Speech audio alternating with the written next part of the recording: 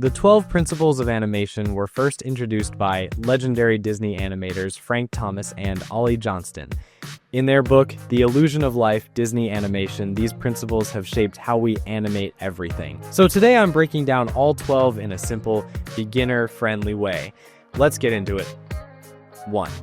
Squash and stretch. Ever bounced a ball? Notice how it flattens when it hits the ground and stretches as it flies up? That's squash and stretch. It makes things feel soft, flexible, and alive, from bouncing balls to facial expressions. Second is anticipation. Quick question. Before you jump, what do? You bend your knees, right? That little move is anticipation. It prepares the audience for what's coming next, whether it's a punch, a run, or a sneeze. No anticipation equals the action feels sudden and weird. Third is staging. Imagine a stage, lights, camera, action.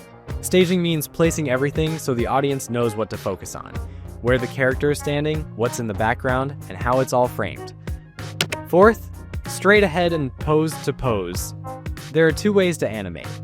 Which one sounds more like you? Straight ahead. You start drawing and keep going frame by frame. It's free and flowing, great for wild things like water or fire. Pose to pose.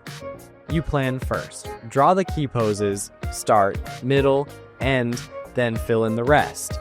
It's perfect for storytelling and timing. Fifth, follow through and overlapping. Ever noticed how your hair keeps moving after you stop running? That's follow through. And if your arms swing at a slightly different time than your legs, that's overlapping action. Sixth, slow in and slow out. Imagine slamming a door versus gently closing it. Which one has a slow in and slow out? That's right, the gentle one. We speed up in the middle, but start and end slow. Animating that way makes movements feel smooth and real. Arcs. Move your hand in the air. Did it go in a straight line? Probably not. We move in arcs, not angles. Whether it's a swinging arm or turning head, curves feel natural. Use arcs to avoid stiff or robotic motion. Eighth, secondary action. Let's say a character is walking. What else could they be doing at the same time? Maybe swinging their arms, looking at their phone, or whistling. That's a secondary action. It adds flavor and personality without taking attention away from the main move. Ninth is timing. Timing equals how fast or slow something moves. Fast movement feels energetic or funny. Slow movement feels dramatic or emotional. Changing the number of frames can totally change the vibe. Try animating a blink in 3 frames versus 10. It's a huge difference. 10th, exaggeration. Real life is cool, but sometimes it's not enough. That's where exaggeration comes in.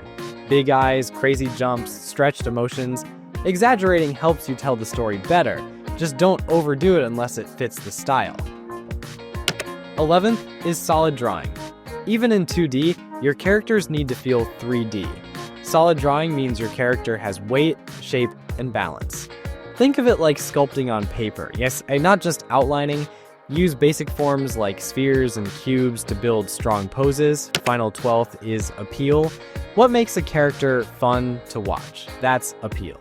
It could be how they look, how they move, or their unique style. Appeal isn't just cute. It's about making your character interesting and lovable.